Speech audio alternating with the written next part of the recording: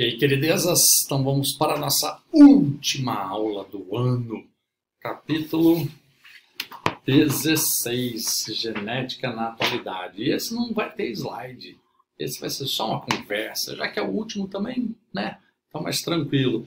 Gente, hoje em dia a genética está em praticamente todos os lugares, né? Você tem a aplicação da genética não só na ciência genética, né? Mas também na medicina, com estudo de câncer, por exemplo, ou oncologia hoje, galera, é uma das coisas que mais se fala aí, né, a biologia se misturando com a medicina, né, na genética, para estudo de câncer, que a gente vai falar um pouquinho mais para frente. A genética no campo, melhoramentos genéticos de alimentos, uso, né, de genética para evitar o uso de agrotóxicos, uso da genética de controle biológico, alterações biológicas para você ter até hoje produção de insetos, por exemplo, que não conseguem se reproduzir ou que faz ele desenvolver uma doença e mata uma determinada praga.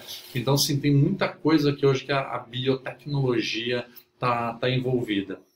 Então, por exemplo, né, olha só que interessante ali na página 77, falando sobre alguns tipos de tratamentos, né, que você usa, por exemplo, células de bactéria, mas muda o plasmídio, que é aquele DNA circular que tem dentro das células, da maneira como você quiser, né, para diversos tipos de interesses, como, por exemplo, ali, ó, inserir, né, o gene em plantas para interesse agrícola, para ela ter mais resistência a uma determinada praga, ou até mesmo fazendo bactérias geneticamente modificadas para poder consumir, metabolizar resíduo de vazamento tóxico no solo ou na água. Então eles melhoram, né, faz ela ser resistente ou se interessar para se alimentar de determinado resíduo para tirar esse resíduo do ambiente. Ou até mesmo, olha que interessante, né, produção de proteína, e isso se faz muito, produção de proteína em laboratório, e aqui, por exemplo, proteínas que dissolvem coágulos sanguíneos em tratamentos cardíacos. Então, imagina que legal você conseguir produzir certos tipos de proteínas, enzimas em laboratório, e injetar na pessoa, não precisa nem fazer mais tipo, um cateterismo, essa própria proteína, essa substância vai lá e dissolve um coágulo dentro de um vaso sanguíneo. Fantástico, né? Ou até mesmo produção de hormônios, né, de forma, entre aspas, sintética em laboratório. O hormônio do crescimento é feito assim, o GH. Lembro que tem até alguns alunos aí que já tomaram o GH e às vezes não se liga que ele é produzido através de biotecnologia. Uma outra coisa que é muito hoje, né, tem muito estudo hoje na página 79 sobre aconselhamento genético. Hoje, gente, se sabe bastante, né, a respeito de genes que têm potencial para causar doenças. Eu sempre gosto de passar um filme, esse ano não deu tempo de a gente assistir, chamado Gattaca. É um filme bem antigo mesmo. Ele faz uma brincadeira com as letras do DNA, ATCG, Gattaca. Ele trata de um assunto, né, de uma sociedade futurista, onde o preconceito não é mais racial, não é mais social. O preconceito é genético. Então a criança nasce, eles fazem ali um teste de DNA, ele já diz ali, ó, esse menino, essa menina, esse bebê vai ter tantos por cento de chance de desenvolver uma doença cardíaca, tantos por cento de chance de desenvolver câncer, tantos por cento de chance de desenvolver uma doença terminal. E aí no filme, né, ele conta, ele mostra, né, que aqueles que têm a genética mais perfeita viram astronautas. E aqueles que não têm a genética perfeita ficam, né, na sociedade em trabalhos mais simples, como por exemplo de limpeza. Só que aí um menino que tem um problema cardíaco, ele sonha em ser astronauta. Ele tenta fazer todo um trâmite lá para conseguir, né, burlar a regra e tentar burlar o sistema, né, para enganar que ele tem uma genética perfeita. Enfim, não vou dar mais spoiler se você quiser assistir. Ele é antigo, mas é um filme bem legal porque ele trata desse assunto de genética. E isso existe hoje, esse aconselhamento genético, né? Hoje, por se conhecer diversas doenças, a genética de diversas doenças, tem famílias, se tem alguém na família que tem uma doença genética, você já começa a fazer um estudo genético nos pais, né, antes da criança existir, para saber qual que é a probabilidade de passar esse gene, né, afetado para uma criança. E aí você fala, ó, vale a pena ou não vale a pena ter o filho, porque você vai ter tanto por cento de chance de desenvolver essa doença no seu filho. Ou tem casos também que não tem, a família não tem doença nenhuma genética, mas aparece o primeiro indivíduo com uma doença genética. Aí, a partir daí, começa a investigação nessa criança já crescida. Por isso que ali tem duas palavrinhas em negrito, né, no caso em amarelinho ali, ó. O procedimento pode ser prospectivo, quando é realizado antes da manifestação da doença genética, né? Isso é quando tem caso na família, ou retrospectivo, que aí é depois que nasce o primeiro filhinho com um problema genético, beleza? E aí você monta o heredograma da família, coisa que a gente estudou, para você entender qual que são as chances, né, de aparecer nas futuras gerações.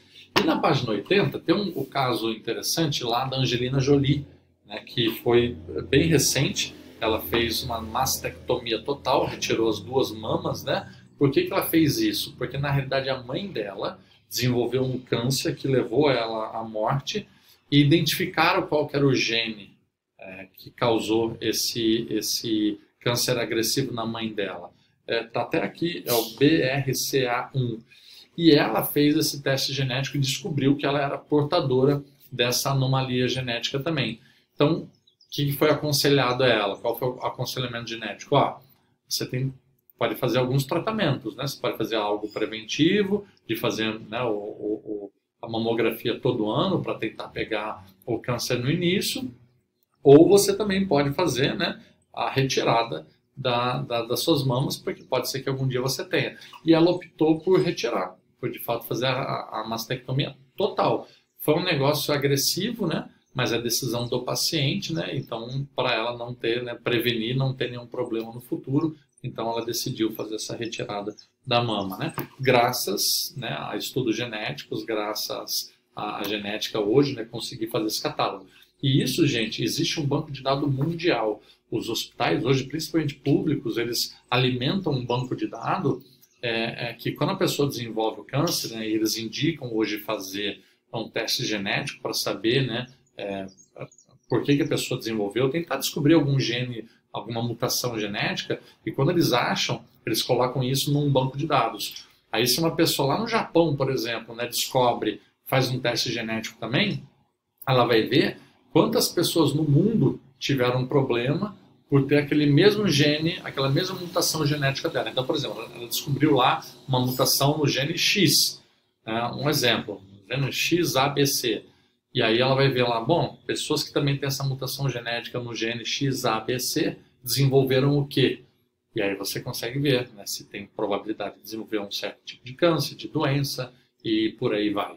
Então, existe esse banco de dados para fazer um catálogo mesmo, né, genético das doenças, né, e para se prevenir, né, com tratamentos, aconselhamento genético e por aí vai. Outra função da genética está na página 81, o diagnóstico pré-natal. Então, hoje você consegue estudar a genética do bebê. Isso é muito, muito perigoso e ela só é indicado em casos que tem suspeita de doenças graves, geneticamente falando. Por quê? Porque você pode tirar, né, um pedacinho lá do córeo ou também lá do líquido amniótico. Ambos os exames são extremamente perigosos. Por quê? Porque você tem que furar lá, ó, aquele negocinho lá da placenta, que é fechadinho, para não entrar bactéria, não entrar vírus. E se você fura, você abre ali uma porta, né, gigante, em comparação ao tamanho de um vírus de uma bactéria. Então pode acontecer de o bebê morrer. Então, por isso que ele só é feito, né, em último caso, quando se suspeita de uma doença genética muito grave. Mas também é usado, por exemplo, para diagnosticar o sexo do bebê. Hoje a genética também, né? Você pode fazer um exame de sangue da mãe e se identificar ali algum cromossomo Y, é porque é do bebezinho, e ele é um menininho. Se não tiver nenhum Y, é porque o bebezinho também é menina e só tem cromossomo sexual X, graças à genética também, né? Se consegue esse, é 99,99% de chance de acerto. Ou seja, praticamente não tem erro esse teste de sangue, né? No quesito alimentos, né, agricultura e tal, nós temos os transgênicos, os tão polêmicos transgênicos. Muita gente fala mal, tal, mas pouco se sabe hoje a longo prazo, né, o que causa um alimento transgênico ou não, né? O transgênico são alimentos modificados geneticamente para causar melhorias. E eles são, hoje, mundialmente, existe uma lei que é obrigatório você indicar que ele é transgênico. É um triângulo amarelo com um T preto no meio. Aí você sabe que é transgênico. Você vê isso no pacotinho aí de salgadinhos, tipo Pringles, Ruffles da vida, você vai ver que tem lá. Na página 82 tem o símbolo dele, o amarelinho ali, um T num triângulo amarelo. Mas hoje você tem diversos tipos de alimentos geneticamente modificados. No Brasil hoje, por exemplo, arroz, feijão, soja, milho, é tudo geneticamente modificado. Por quê? Para você ter uma produção, conseguir utilizar a maior parte dessa produção, né? Para eles serem resistentes a ataques de bactérias, vírus, insetos, enfim. Você tem diversas mudanças aí para você conseguir melhorar esse organismo, né? E a clonagem de organismos também, né? Se fala muito a questão de trazer dinossauros de volta à vida, mas não é esse o objetivo, né? Por exemplo, quando eu era moleque, teve a notícia da ovelha Dolly, que está ali na página 83. Foi o primeiro mamífero clonado, né?